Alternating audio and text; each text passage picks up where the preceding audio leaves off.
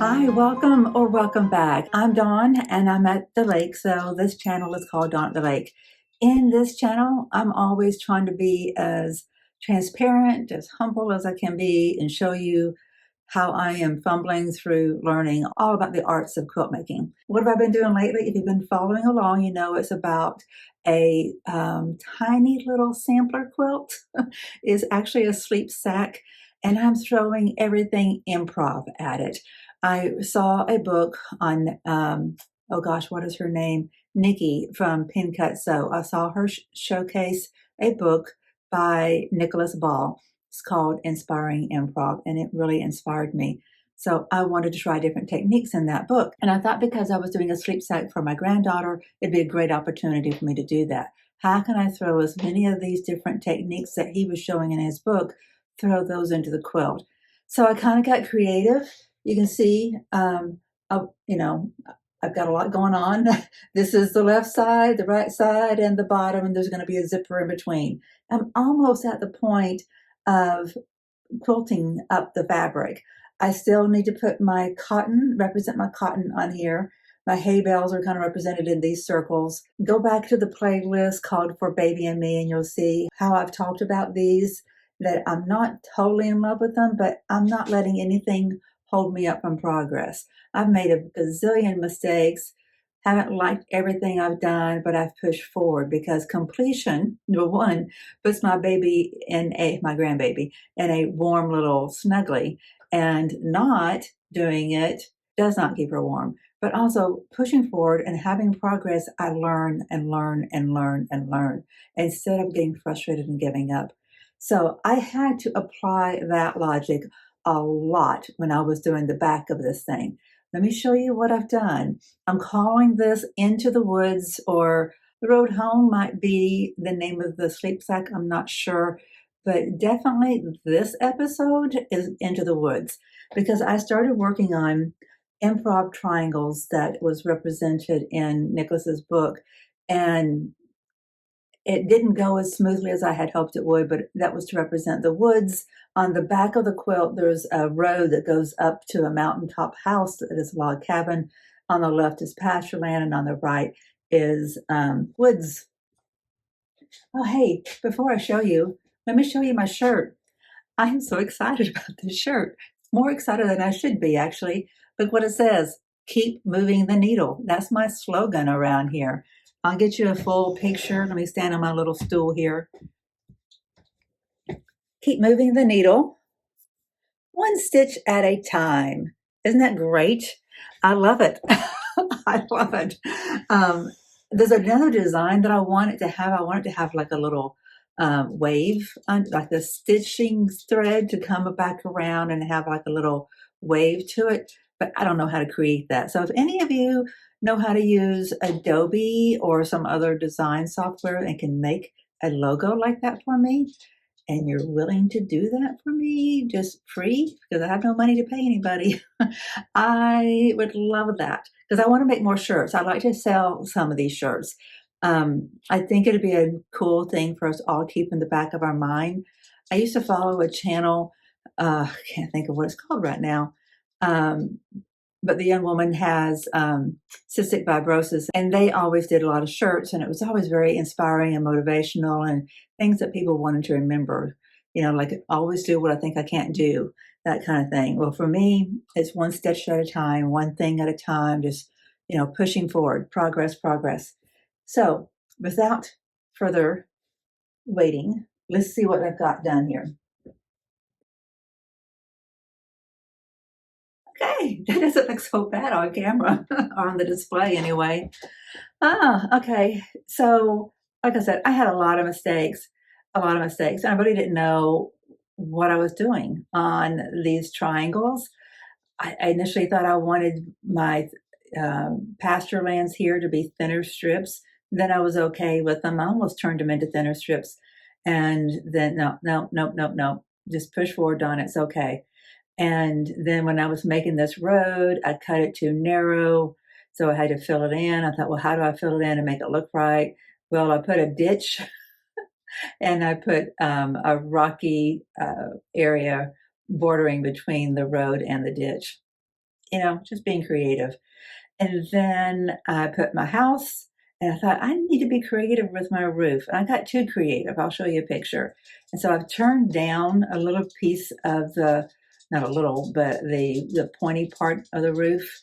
And I like it better like that. I think it's just more proportional.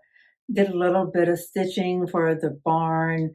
And then I have now put my tree on, and I did that by just raw edge applique. Everything's been done by machine except for the little barn. And I think I'm ready now. I do have something else I'm going to put on there, by the way. Check that out. It's going to go on the road. And I just don't know where I'm going to put it. If I'm going to put it, am I going to put it up here? I don't know if you can even see that. Or if I'm going to put it like it's on the way down here. Is it going to be straight up and down? Or is it going to be like that, on a diagonal? I think it needs to be, like either up here at the house or close to it and not down here. I'm really getting excited about hopping on over to the quilting part of this. And then I think I'll switch over to doing the front. My flannel did come in. If you've been watching, I had to stop working on the front because I didn't have my flannel, because I decided to do the cotton with the flannel pieces. And I'm hoping I can get to that today. It won't be in this video. This video, I'm going to do very little editing because I need to stay focused. It has already gotten cold. This playlist has already stretched out to several already, and I know you guys just want to see it all come together. So I'm trying to push through and get the sleep sack done and make this video quick so I can stay focused on the production and not on the editing. So I want to take a second to thank all of you who have been commenting lately. Every time I have found out that every time one of you who watch other quilting shows, other quilting YouTube videos, comment on my channel, YouTube is going to recommend it more. And then I get more views, and that helps me out tremendously. I am hoping to inspire and encourage others, and the more people I can reach, the more I can do that too, and the more it makes for my channel to be successful, and I greatly appreciate that so very much. So one thing you can comment on this video is, where do you think I should put the little car? And here it is up close, by the way. I think I've got some video of it too. I've had fun along the way on every step of this. It's been enough challenge that I've had to keep my brain involved, but none of this chain stitching at all. Every step you're having to think, and I've really enjoyed that. I have found, because I put together a little bit of it's almost like collage up here. I'll get you a close up of that too. And I really feel like I could go into diving into some of that in one of my next playlists, because that was kind of fun. I didn't even think about the fact that I had that product. And which one is it? What this is Wonder Under interfacing. I had seen it on the Quilt Squirrel. She had mentioned this, so I got it. I didn't prepare my tree with it, so I just stitched it. I put it down with pins, nice applique pins, which worked out beautifully, and then just stitched it, and it turned out fine. But to do this area here where I needed to bridge from the road over to the house, that was a lot of individual pieces because I was pulling from some African fabric that was from the 90s. This is more fabric from the 90s. Look, don't you think that's a rock? I think that's a rock. That definitely is a rock, right? Yes. Yep. I told you guys I got a lot of my stash back from my daughter. This fabric's been around and around and around, and now it's finally getting used.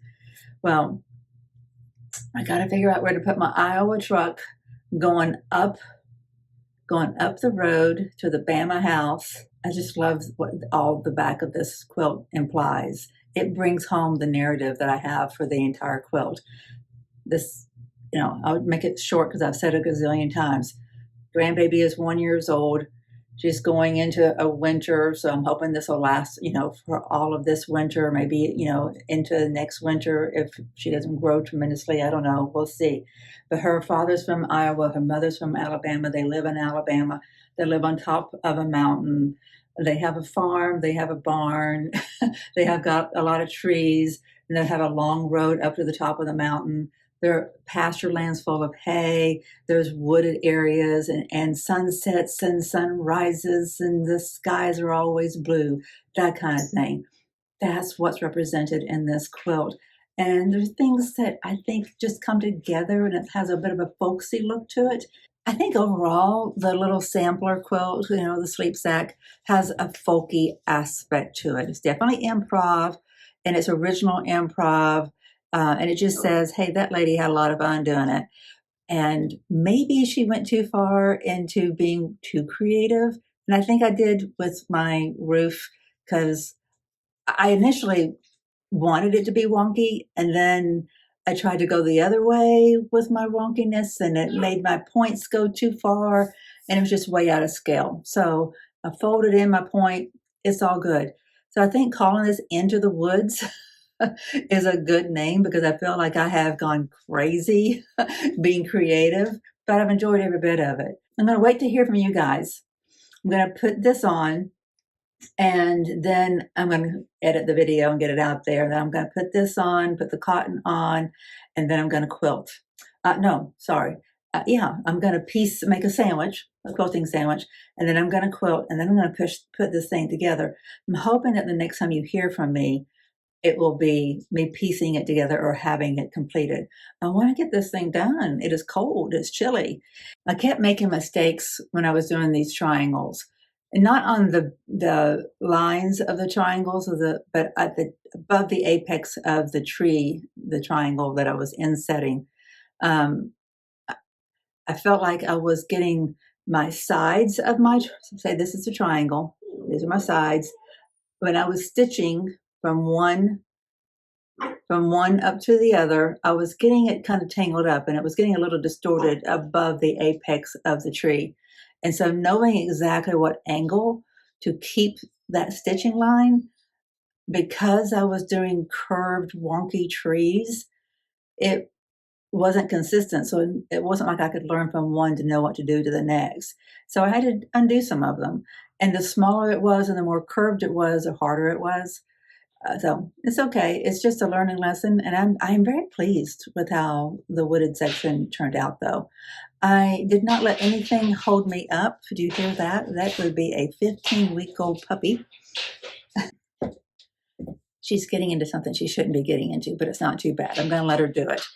So, and I'm going to close up here because I want to get back to working so I can show you guys all I came up with.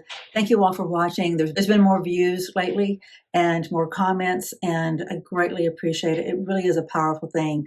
If you have any YouTubers out there who you enjoy, comment.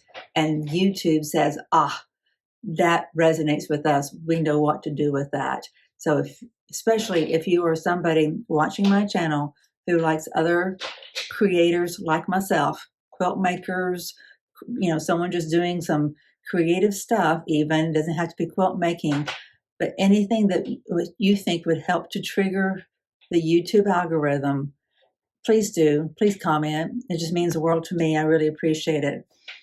I love my shirt. Hope you guys do too. I think I'm going to get a long sleeve version. This one feels comfortable. I just bought it from Canva. Just did the little logo up in about 3 minutes. That's it.